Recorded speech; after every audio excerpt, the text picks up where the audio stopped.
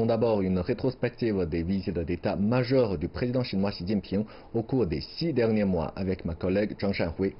Bonjour Zhang Shanhui. Bonjour Dong.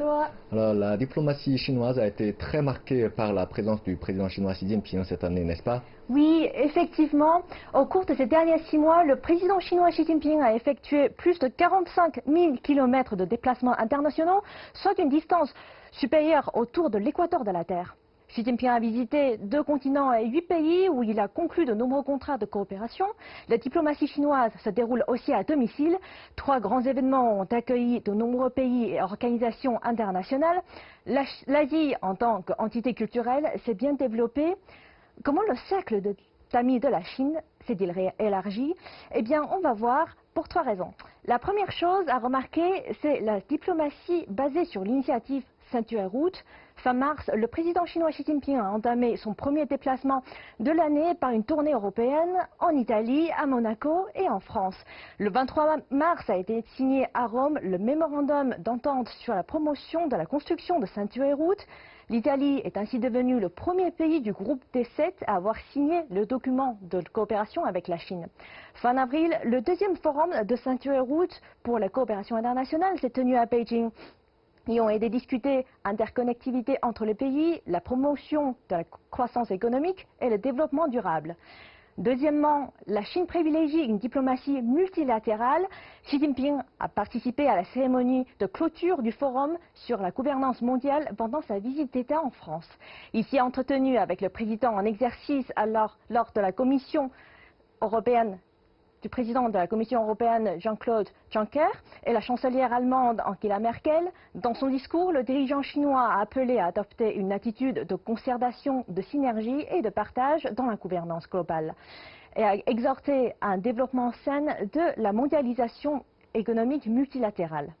3 mois plus tard, Xi Jinping, au sommet du G20 à Osaka, s'est entretenu avec le président des pays BRICS et des dirigeants africains. Il a souligné que le commerce international devrait passer sur le multilatéralisme et la règle. Et troisièmement, l'écologie et la culture sont devenus de plus en plus importants dans la diplomatie chinoise. Dans ce contexte, la Chine a privilégié le premier cercle de ses pays voisins en les fréquentant davantage et en étant plus active dans l'entretien de bonnes relations avec eux. En un mois, Xi Jinping s'est déplacé en Russie, au Tadjikistan, au Kirghizistan, puis en RPDC, c'est-à-dire République populaire démocratique de Corée. La diplomatie à domicile, eh bien, la promotion par la Chine de l'écologie passe par des grands rendez-vous comme l'exposition horticole internationale réunissant plus de 110 pays et organisations internationales. Et après, sur l'aspect culturel, qu'est-ce qu'on a fait, la Chine? La conférence sur le dialogue des civilisations asiatiques s'est déroulée à Beijing en mai dernier. Les 47 pays asiatiques ont tous participé à ce grand moment. Lors de son discours de l'ouverture, le président chinois Xi Jinping a souligné, je cite, qu'il n'y a pas de bonne ou de mauvaise culture et que toutes les cultures s'épanouissent ensemble comme des fleurs. Diverses activités organisées sur la gastronomie et la culture ont ainsi permis aux invités de venir découvrir les cultures respectives des pays du continent asiatique. Eh bien, vous voyez, le cercle d'amis de la Chine s'est ainsi élargi grâce à son esprit de coopération et sa vision du multilatéralisme incarné par l'initiative Ceinture et Route. Et d'ailleurs, le cercle d'amis chinois ne s'arrête pas d'élargir.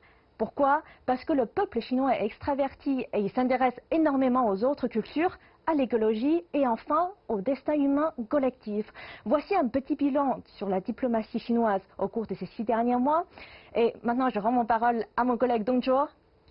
Merci Zhang Shanhui pour ces éclaircissements. Merci. Merci.